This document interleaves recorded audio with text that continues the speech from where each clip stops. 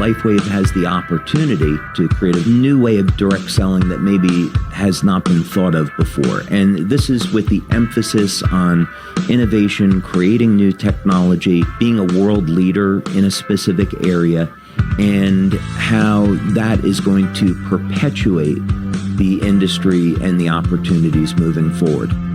Welcome to Built to Last, a podcast from Direct Selling News, putting the spotlight on the best of the best companies in the channel. I'm Rob Sperry, and today we're featuring LifeWave, a company that's redefining wellness through innovative health technology backed by science. Joining me are two remarkable leaders, LifeWave founder and CEO David Schmidt and President Meredith Burkich. David is the inventor behind LifeWave's patented phototherapy technology and the visionary who launched the company in 2004. With more than 200 patents and a deep background in science and engineering, he leads LifeWave's product innovation and long-term strategy. Meredith brings more than 2 decades of executive leadership in direct selling, guiding fast-growth organizations with a people-first philosophy. As president of LifeWave, she's focused on scaling the company's infrastructure and enhancing both the brand partner and customer experience around the world. In today's conversation, we'll explore what makes LifeWave's opportunity model, leadership, culture, and field support systems stand out, and how they've achieved such extraordinary growth. Let's dive in.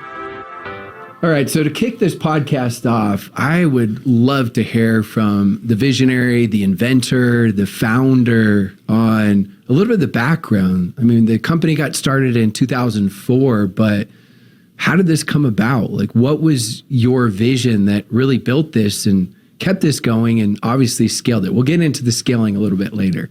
I think it's probably important to say that I never had the thought that I was going to get into network marketing. Didn't really know a lot about the industry. I had some exposure to it in college. During the late 90s, though, I owned a company and I was developing different technologies for the U.S. Navy through government contractors. And during that process, I was invited to be part of a design team for one of the Navy's next generation mini subs. So I took a look at the program and I thought, okay, maybe I can come up with a way to help improve crew survivability.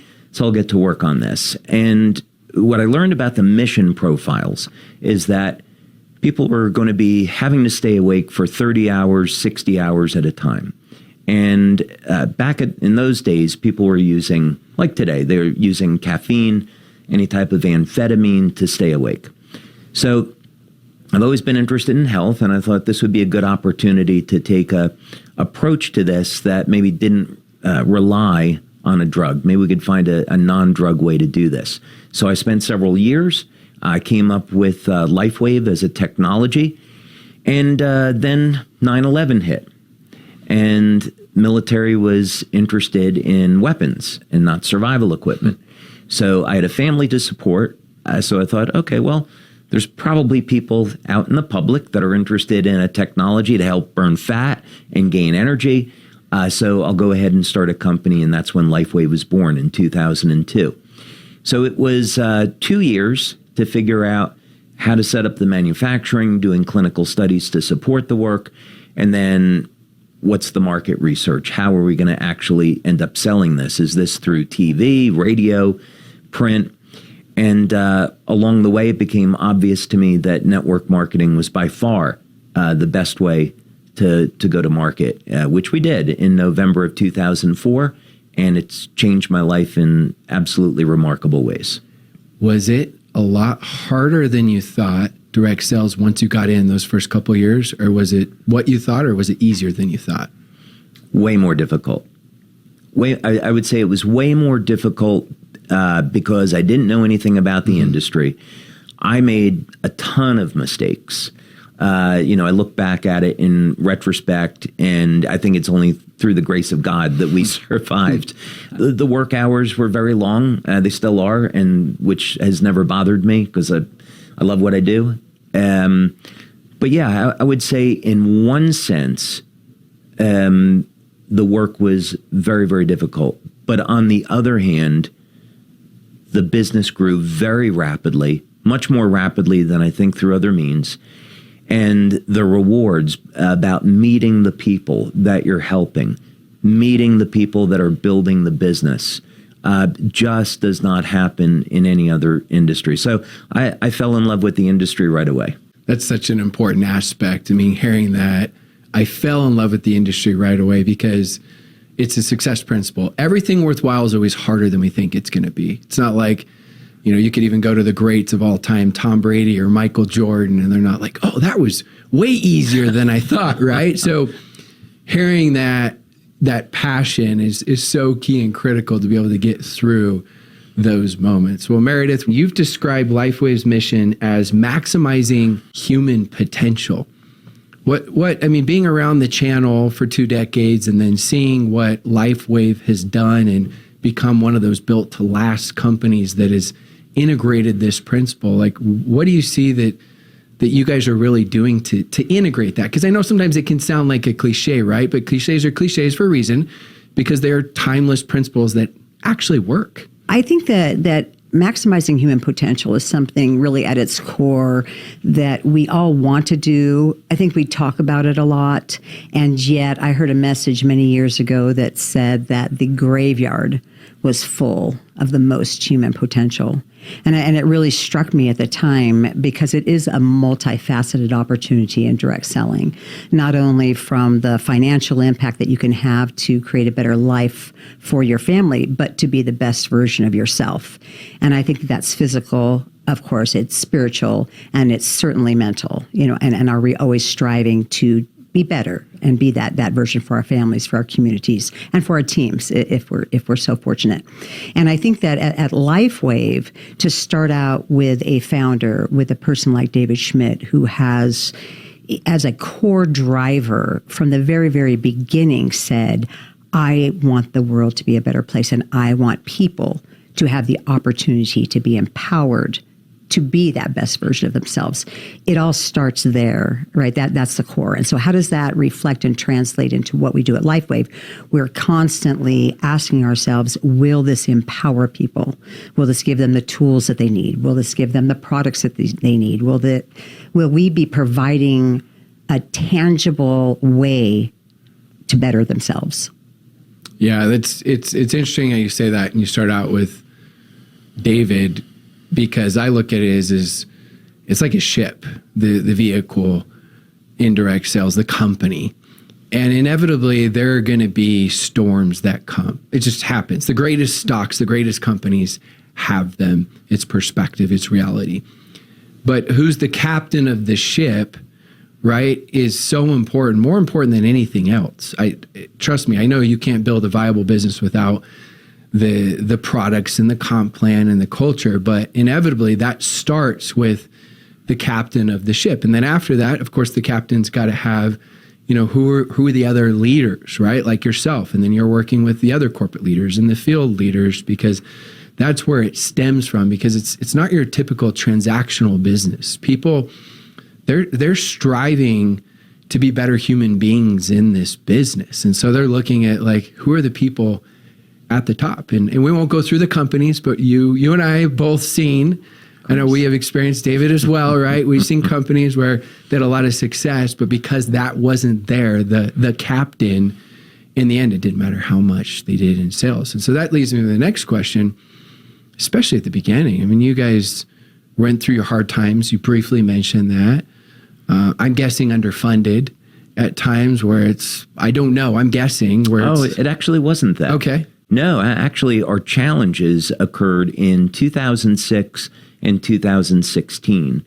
So for perspective, November of 2004, our first month doing sales, we did $500,000 in sales. 2005, we did about $17 million in sales. Wow. So we were off to a great start as a new company. 2006, we started to experience a number of challenges, but it was in October of 2006 that we were the victim of a credit card scam. So we had somebody in Europe that was buying credit cards through Russia, They were placing fake orders. We had about $1 million or so worth of fake orders go through. We had paid commissions on it. And that was an unbelievable disruption in the business. And 2007, we went month by month. We lost about half of our distributors because of that. So we went month by month in 2007, not really knowing if we were going to make it. Did the leaders sense that as well? That you weren't maybe going to make it, or was that just more behind the scenes, kept private? The leaders certainly knew that the company was having its challenges. Yeah. They didn't know, I think, how bad it was. In just a week before Christmas, I emptied my bank account to make payroll. And so I went from some money in my bank account to not having anything, and then living off of credit cards during 2007. And then we were able to, thank God, recover and get back on our feet. And then 2008, year over year, our sales were doubling. Then in 2016, we had integrated, we went from one platform to another for software. The team that was handling it did a terrible job. And we went for 3 weeks where we couldn't take an order, several months where the system just didn't work properly. And again, we went back almost 10 years to the month. We went through another really terrible period. But I would say that if we hadn't gone through both of those problems, we wouldn't be where we are today. It absolutely made us a better company, as ironic as it is. Yeah, the ones that get through it, it's always right. The trials were the best things that happened if you can make it through. Now, obviously, we don't feel that way during those times, but I appreciate you sharing that. And that's one of the goals of Built to Last, is us sharing not just the highlights of all the great things we went through, but also the struggles and the challenges. Because I've heard that from multiple companies, but I don't see that publicly, where they had massive issues with merchant accounts and different things like that they had to go through, and you just don't know. Like, a lot of times that isn't shared, and so it's empowering, and I'm grateful to hear that as well. Like, the struggle is so important, because yes, your struggle is your story, your mess is your message, but when you overcome it, right, that's what makes it so powerful. So what would you say, Meredith, if you think of LifeWave, like the biggest thing that you guys have for a company that is built to last? Like, if you were to say the single most important thing, and I know that could be one of those answers that's so deep that depending on the day, it may be a different principle with that. But what would you say it is for LifeWave in particular? I think ongoing innovation is the key to that success that you're talking about, that sustainable future, that legacy build. And because David represents that innovation, because it really is an inventor at the helm here that is steering the direction of the company, it is much more important for us to have him in the front of the room, because the story that he tells and how he unveils the latest project, how he describes how it's going to change the world and make a difference in lives, really can only be delivered by the inventor himself. And that's why we can't get enough of David Schmidt on stage. And neither can our brand partners. They just want more David. And we're happy to make sure that we deliver that. So what would you say for you, like having a key to have a company that is going to be sustainable and be around? First, I would say an extraordinarily important part of why we've been successful is because of our leaders. And what's interesting is that over the years, like all of us, we've met many, many different types of people that get involved with the industry. And a common thread that Meredith and I see when we're on leader trips is that the leaders don't talk about how much money they're making or getting to another level in their finances. There's none of that. They're talking about, oh my God, let me share with you a testimonial from someone in my downline, and we're getting these testimonials every day. It's amazing how we're changing people's lives.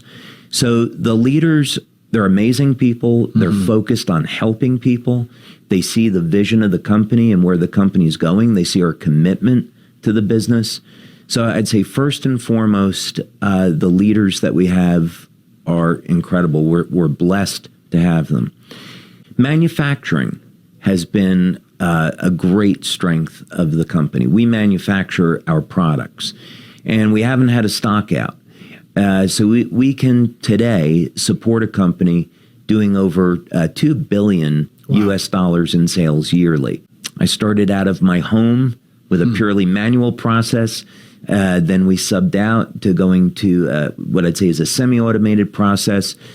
Then we had a piece of equipment retrofitted to make it automated. And today it's incredibly advanced. We use robotics. We use computerized vision detection systems, and it's very, very high speed. So the manufacturing has been an important part in being able to keep up with our growth and going through spikes in sales. The innovation, as Meredith said, is incredibly important, and it's something that I would recommend to any company in the channel. Is that as we look at the trends of where things are going with AI and Amazon and online sales and where they've been, is that unless companies have a strategic edge, they may not survive, no matter how good the compensation plan is or their marketing. So I would definitely encourage owners to be thinking about investing in innovation, and our model of looking out what's going to be around 10, 20 years from now. How do we develop these technologies? How can we patent them, manufacture them? Those are all incredibly important decisions and actions. So at the end of the day, our brand partners know that they can only get our products through LifeWave, and we're completely committed to the channel.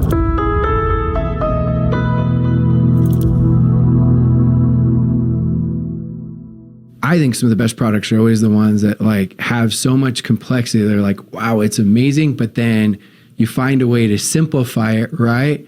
So oh yeah, I get it. You have your X39 patch, and we're talking a lot about innovation, and I'd love to learn more. Well, in terms of complexity, it's interesting you say that, because the patch on that level, as far as the technology, is a nanoscale organic array that's designed to be an optical filter. Using stereoisomers, they create a phenomenon known as circular polarization of light, and this allows the device to open up a communication channel between the device, the skin, and ultimately the receptors in the body. So it's technically complicated, but it's been simplified in such a way that anybody could use it, and takes 10 seconds to apply, and you get the benefits all day. But in simplistic terms, the LifeWave patch technology takes advantage of the fact that ultimately human beings are powered by light, which means if you can take any human, plant, animal cell, put it in a room that's completely dark. We use a device called a photomultiplier tube, and you can detect very minute photons. They're called biophotons because they're coming from living systems, coming off of those cells. And these pulses of light are so coherent, they resemble laser light. And the reason why all living systems have this light is that they initiate thousands of different biochemical reactions within the cell. So ultimately, as Robert Becker said in the late 60s, it's the electrical systems of the body that control the biochemistry. But here now, more refined today, we would really say it's the light that's emitted from the cells that controls the biochemistry. So the LifeWave patch is a form of phototherapy. We stimulate the skin with very low levels of light. This activates receptors in the cell. And on our first product, which is Energy Enhancer, it's going to upregulate what's called beta oxidation or fat burning. So you wear the energy patches, and we can analytically demonstrate through blood, urine, saliva testing, bioelectrical testing, that that's exactly what happens, a 23% increase in fat burning from applying energy enhancer. With X39, which is designed as a longevity product, we are activating receptors with light that turn on the peptide GHKCU, and that, of course, has phenomenal longevity benefits. You started doing research and then launched at the marketplace how long ago?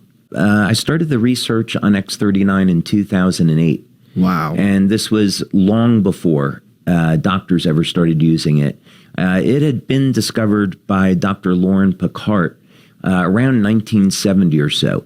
And Dr. Picard should win a Nobel Prize for this work because it's probably the most powerful peptide in the human body, which declines with age, that's responsible for resetting several thousand genes back to a more youthful state.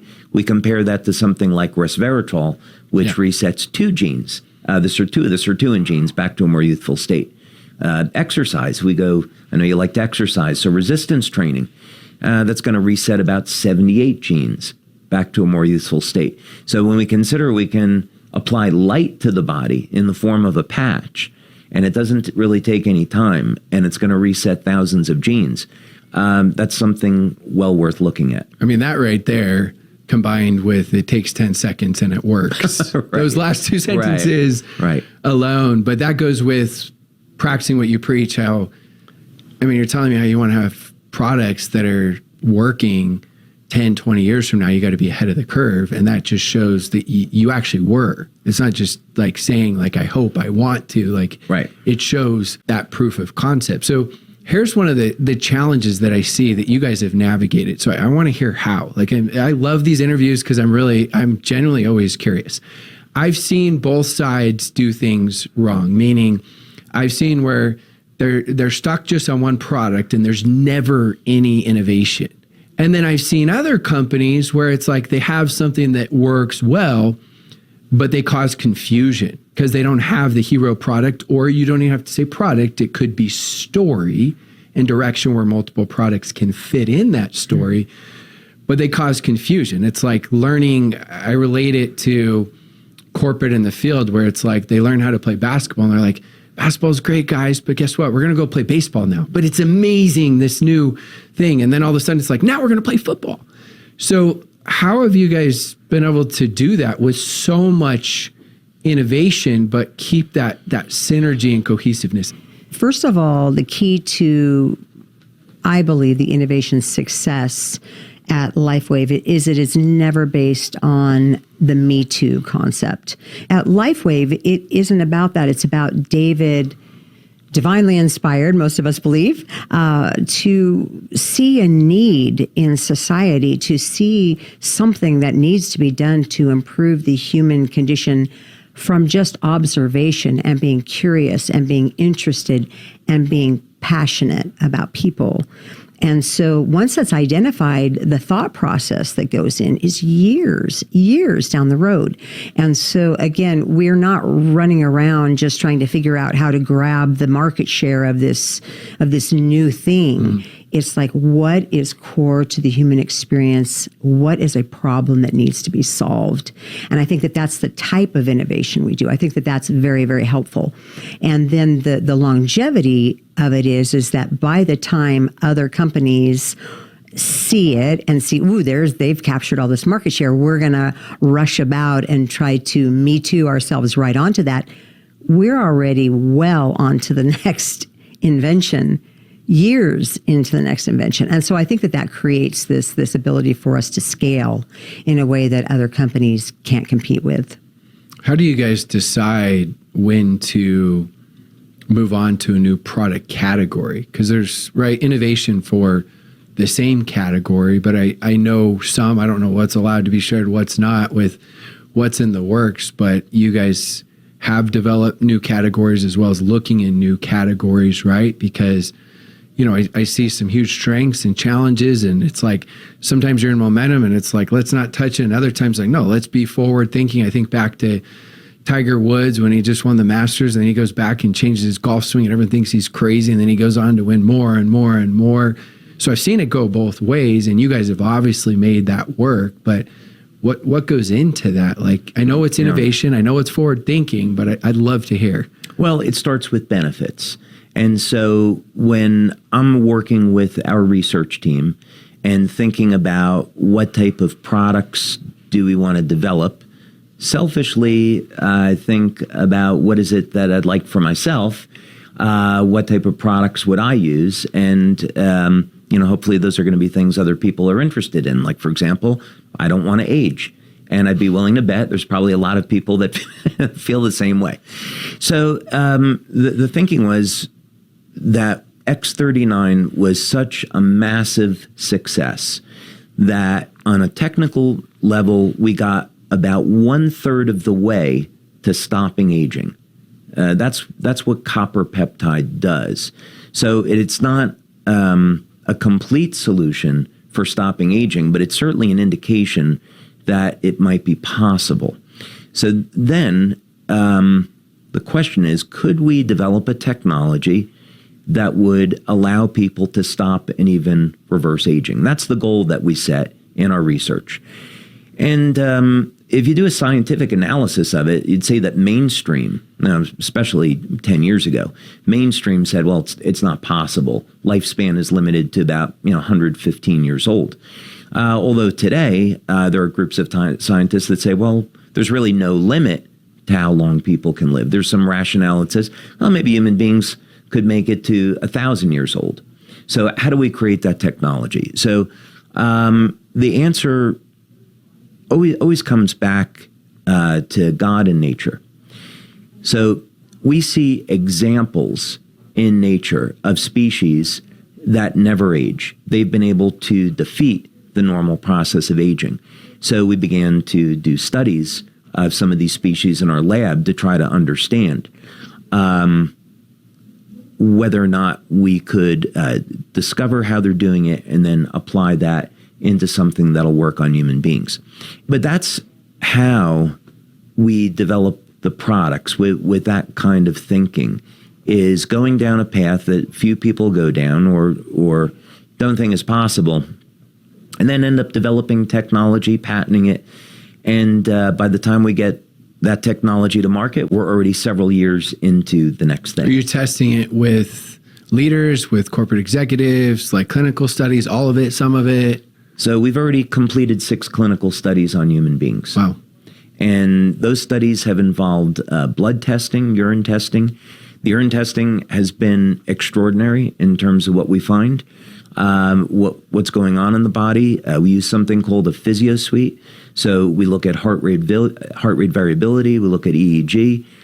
We use a biowell, biopulsar, bright field, dark field microscopy, a whole suite of different analytical devices so we can really understand what effect this is having on people. And then after that, then we say, okay, we'll finally let leaders try it, which they have recently. And the exciting thing about this technology is that it is the next generation of light therapy. So LifeWave has been about stimulating the skin with light, but now this new technology embeds light into water.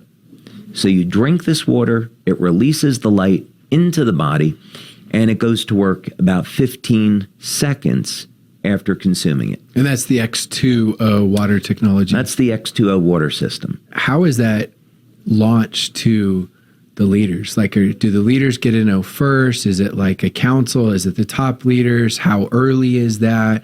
Because obviously we know the importance of the law of the buy-in, right? But then we know sometimes things are told too soon, and it's like they're out promoting, there's confusion, but there also needs to be excitement. So how does that process work? So, well, in the beginning, you actually touched on something, Rob, that I think is critically important to consider, which is how do we introduce forward-thinking innovation without creating a brand identity crisis? Yeah.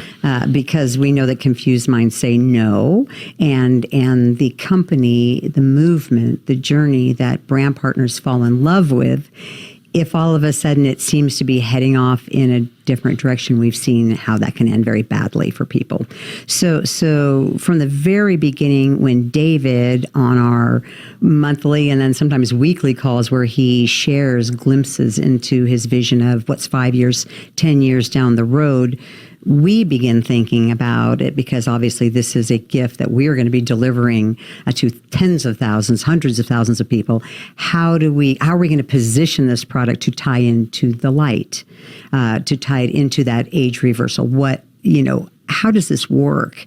And then what we do is we usually put together a focus group, and David's very active in participating with those focus groups, usually the most influential leaders, so that they feel from the very beginning, because you know, and I know, we all know that buy-in is king, and we need that, to access the power of the network. And then offer an opportunity for people to earn the actual technology. So in this case, this is a $6,000 retail priced product. This is not an inexpensive product. Yes. So by offering them a promotion that, say, in our case, 30 people in the Americas earned, I think 15 people in Europe and another 20 or so in Asia Pacific, they have an opportunity to become part of the beta. And so that's really where we are right now. As a matter of fact, David just hosted a call this last week where we had like 15 people on there giving their testimonials. And the only negative of the testimonials was how they were dealing with the foot traffic of all of the people that were constantly ringing their doorbell, trying to beat in a way to come in and try the water. If you can imagine, with our patches, we got to the level that we're at today by delivering light outside the body in a small area. Imagine what's going to happen if we're delivering light inside the body throughout the entire body. And you can start feeling those benefits in 15 seconds. That's pretty world-changing. And it makes a difference in people's lives, and it happens very, very quickly. So I think what would be different about the X2O launch as compared to maybe a traditional product launch is the fact that we're launching a new technology, not just a new product. But I love how you keep talking about the light, because even though it can be a new product, one's inside, one's outside, it still feels like the same story that's just being enhanced. So it doesn't feel like changing direction. It's like, no, we're going to keep improving this story, which is phenomenal. And sometimes we understand it, but trying to explain it where the masses understand it isn't always easy. So, it's light therapy. Yeah. Right. So the brand, fortunately, the brand partners, they got it right away. We've been in the light therapy business, and now this is an innovation in light therapy that hasn't existed, and we're delivering light throughout the body. They got that right away. They saw the synergy. They know that in order for people to get the most benefits out of the X39 patch or any of the patches, you have to be well hydrated. We came out with this product, Cellergize, to complement the patches, which goes in the water. And now the water is a delivery system for those nutrients. So everything fits together. It was made to be that way.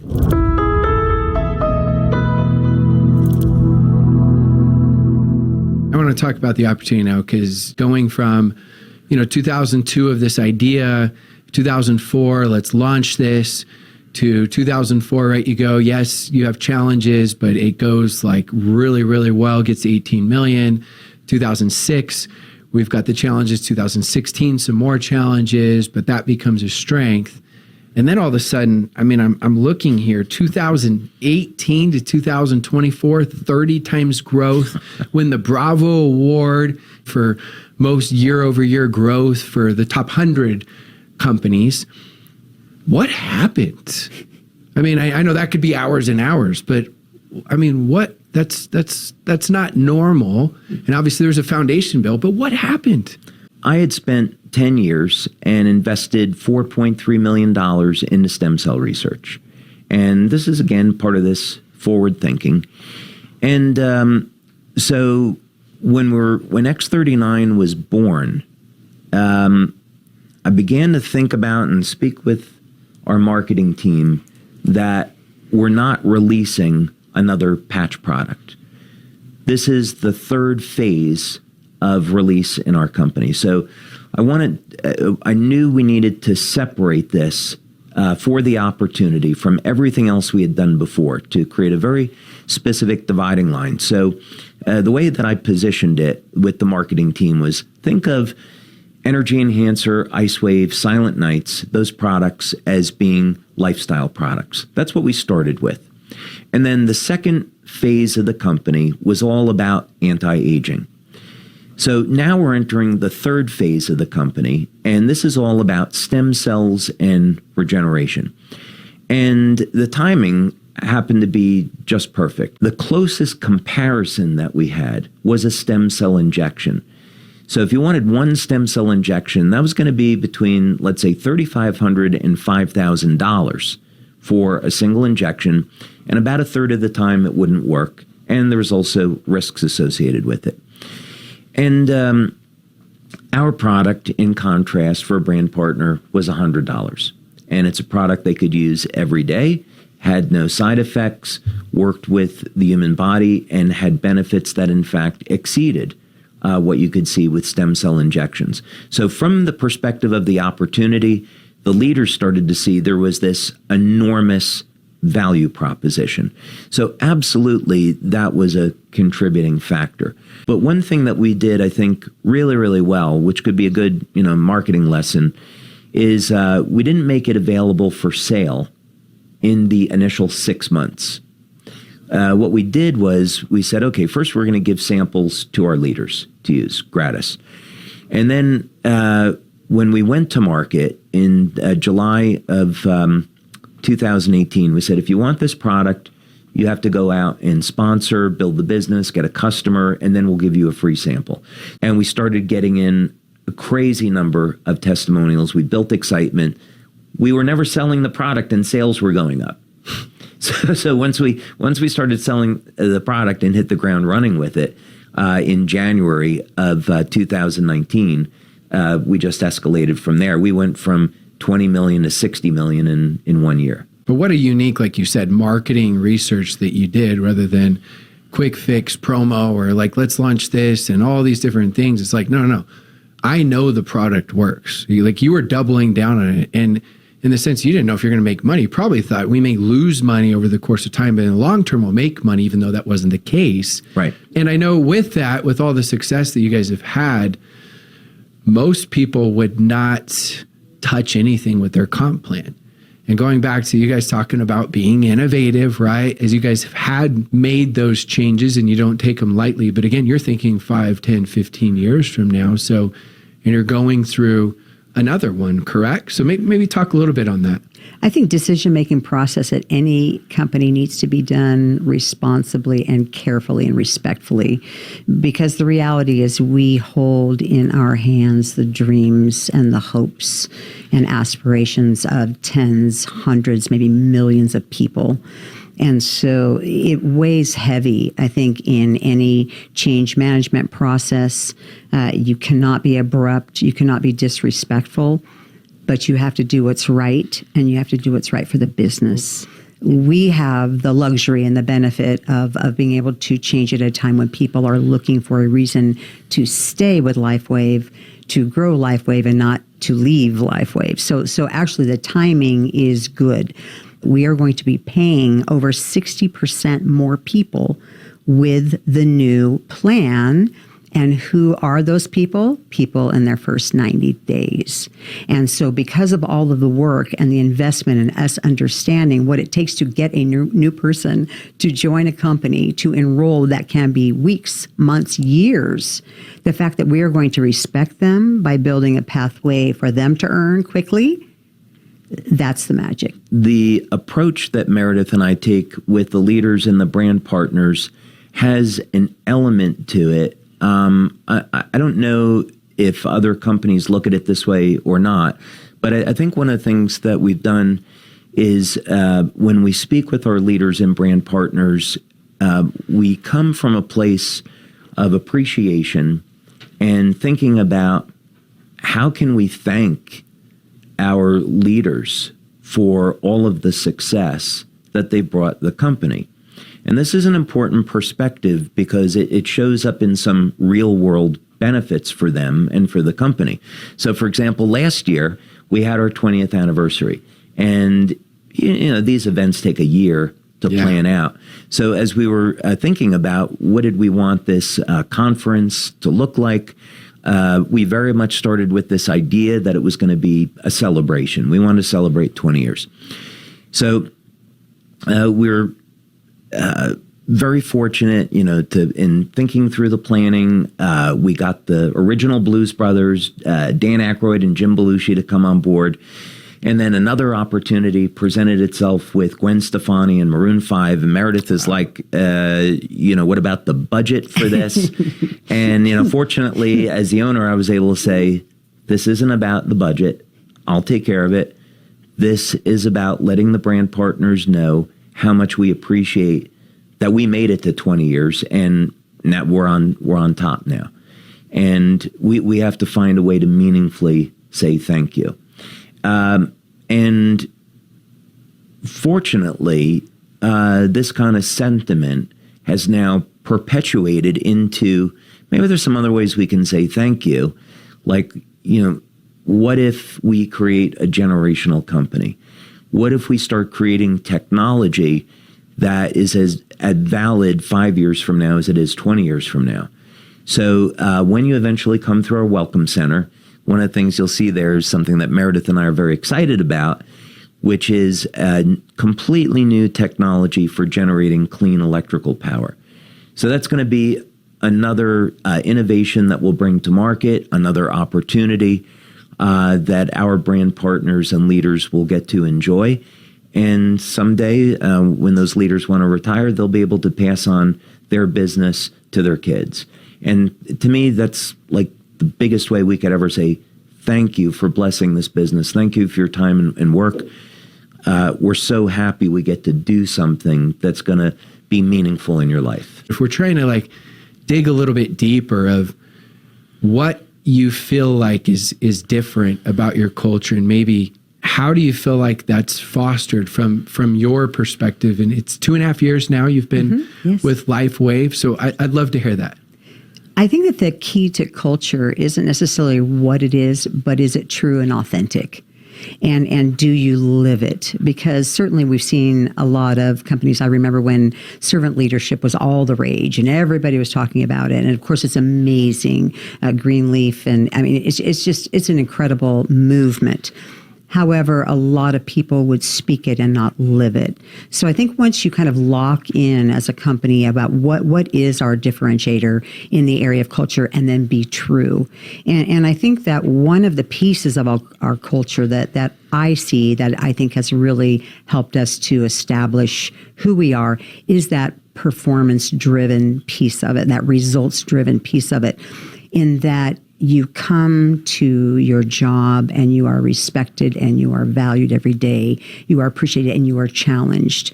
You are challenged to think outside the box. You are challenged to innovate in the most unique areas, and there should be no entitlement. How do you build that trust and transparency, especially with being, $600+ million company, continuing with your employees as well as with the field leaders?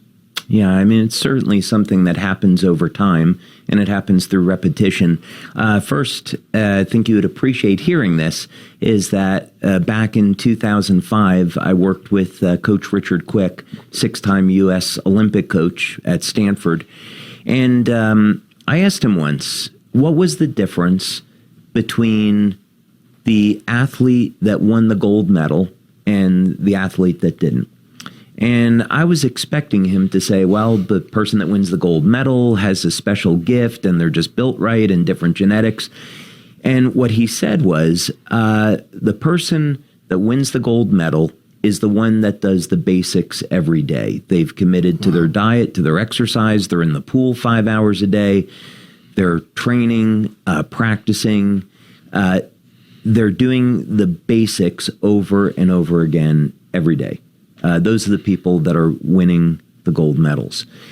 And so I think the same is true in business. If we're going to be successful, there are a few very fundamental, basic things that you have to do each day. But the other side to it is you build trust over time, and you do it through your actions and your words. So if you say something, you have to deliver on it. And if there's a change in circumstances, you have to be transparent and you have to tell people. It's, I think I've come to realize that the relationship that the company has with its brand partners is very much like a marriage.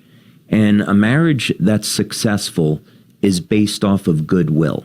And it means that both people are in this holy union and they want to do right by one another. They have one another's best interests. We may not always agree. We may have different ideas, and that's always totally okay. But each person wants the best for their partner. And so in networking, if the company wants what's best for the brand partners, and the brand partners are going to protect the company, that is going to be something very special, and it's going to have a lot of longevity. So I think one of the things that Meredith and I have done really well is that when we talk about making LifeWave a generational company, they're not words. We show them exactly how it is that we're going to do that, how we're going to accomplish it. We give them a plan. We give them a timeline. We show them technology. So they say, oh, okay, this is real. And we know because the company has delivered on its word over the past 20 years, we can know that this is the direction that they're going in, so we'll commit our time. So, as an owner in the business, I want to be respectful that we're not wasting people's time, that we're working together to build.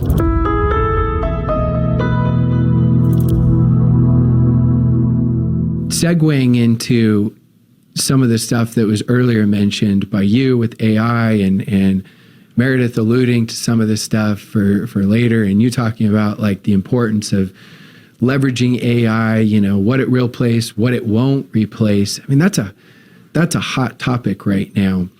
I'd love to be curious, because you're so big on innovation, on what you're already implementing and what you're looking at implementing with AI. And I know it could change next week because it's changing so fast. Yeah. So when we've had meetings with the staff, my mandate to the staff has been, number one, don't hire anyone unless they can tell you how they're going to implement AI into their job and how they're going to leverage that. And we want to see plans based around integrating AI into the organization. Now, that said, we also have a mandate where we will refuse to let people go because of AI. So let's say, for example, we want to integrate AI into customer service. We will not have layoffs. I do not want LifeWave to turn into a company where people are displaced by technology. I think that is an incredibly dangerous, toxic precedent to set. It's demoralizing to people that are on the team that stay, because they'll wonder, well, when am I going to lose my job? So I would rather look at this as AI is a tool. Let's use it to improve efficiency. In our research, we use AI to do some basic information gathering to be as efficient as possible, but we're not going to use that as a means to replace people. We'll use that to go to 24/7 customer service. With robotics, we're taking a similar approach. I want to have 24/7 order fulfillment, and we'll do that through robotics. But we're not going to replace human beings. So I think it's really important for everyone. We have over 600 employees now. I think it's really important for people to know that's the direction that we're heading in. We have to use these technologies to keep up and have an advantage. But we don't want to do it at the expense of the human factor. Otherwise, we lose too much. That's a really good take, and that's really empowering with the communication. We're not looking to replace you. We're looking to enhance your role, and AI is part of that enhancement. I've looked at even my business, at first I'm like, oh, is this going to take away from a lot of things I do? It's made me 10x better. I feel like I got a battle buddy, I got an assistant, I've got like so much. So for me, like that's a constant thing. So I love that response, and I love the interview process as well, is asking like how they would actually use and implement it, because it is so important, and that's thinking ahead. Yeah, and in our industry, you can think about, okay, not every company, actually most companies are going to take the stance. IBM as an example, my roommate from college, who I'm still friends with, after 40 years of service to IBM, they laid him off, and he and 6,000 other people were laid off because of AI. So that's something that I saw in my personal life. And because other companies are going to take that route, people are going to need to be looking for work. And my opinion is that the direct selling industry is about to go through the biggest growth that it ever has been because of this phenomena. Companies will start using AI as a means to reduce costs.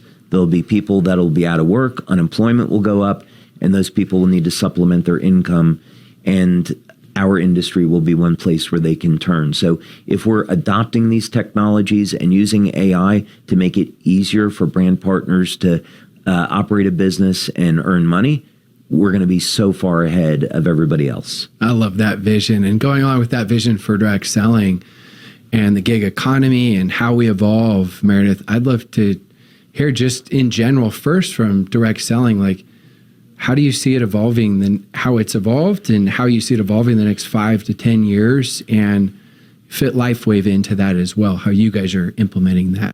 So how do we incorporate things like weekly pay, and maybe even at some point daily pay for some? So how do we make it quick in their pocket? I think that's really what we're all about here. So our compensation design team was looking at how do we reward, yes, immediately, quickly, and simply, but how then do we also balance that for the people that do look for that generational company? Yeah, and when you really break it down, if someone were to list out like their perfect dream job, it really is direct sales. When they say, well, sure, I want to have a great boss, I want to have a great culture, I want to have some time freedom, flexibility, right? Done wrong, I get it, it can be your biggest nightmare if you feel like you don't have the right products and culture and all that, but done right, it's your greatest dream. So finishing with this question, what do you want the legacy to be for LifeWave? Like you think 10, 20 years, and I know you think much beyond that. You think passing it on and what people are talking about 20, 30 years from now about LifeWave and what it's done, and for human beings, what it's done for direct sales, right? Being one of those built to last companies. Like what is that? Because you've talked a lot about legacy, which I love. What is that vision? I kind of like superheroes. And so I think that shapes a lot about the way I think about things. So, the traditional superhero is get the bad guy, rescue the girl, save the world, right? So I think simple stuff, right? So I think if we were looking, 20, 30, 40 years into the future, we're at an important moment, and we have some extraordinary opportunities. We're dealing with technologies that have the potential to stop and reverse human aging. So thinking about that beyond the individual, what that means is that if we turn that into a reality, and the technology ends up doing that, that means we have functionally, because we're keeping people healthier, we reduce healthcare costs on any one given country. And then that money that countries are saving can be turned around for humanitarian purposes. Let's take people that are homeless, to feed people, give them home. If we think about this on a very, very large level. So the technology has some very, very far-reaching consequences. It also means that when people are getting into their 60s, 70s, 80s, now, maybe they're functioning like someone in their 30s and 40s, and they're productive. They're no longer a burden on society. And that's also an enormous benefit. So that technology has the ability to change society in a very, very dramatic way. The power generation technology that we're talking about, the ability to generate energy in a completely different way that's clean, healthy for the planet, to make people energy independent. The unit generates 20 kilowatts of power, which means not only do you get rid of your electric bill, but you make money every month off the grid. So 10, 20, 30 years from now, what that means is we've played a role in making the planet a cleaner place. We gave people a business that is recession-proof because we need power every single day. And maybe we've helped to reduce using fossil fuels and contributing to CO2 in the environment, and that's had a meaningful impact on our environment, and we've created a sustainable future. So I'm much more interested in leaving a legacy about making the world a better place than the one that I came into. That's what I would like. I always say good leaders have vision, great leaders give vision. And that's an incredible vision. And when you look at this profession, a lot get in for the money or for the products. But then they see with that, which are very important, an even bigger vision, which you just cast of some of those end results of what it can do, not just for you, but for the world, for humanity, which is, it's very, very moving. That helps create that culture, that helps create that community, that helps create that loyalty where it becomes just so much bigger. So I appreciate you for sharing that, David. I appreciate you, Meredith. I appreciate both of you for taking the time and being willing to share some of your vulnerabilities, right? Things you've gone through, as well as many of your successes, because I really do know that there's so many little things that will give ideas to so many companies in this profession so that we can grow, because it is true that collaboration is the new competition. So thank you so much to both of you. We all appreciate it tremendously.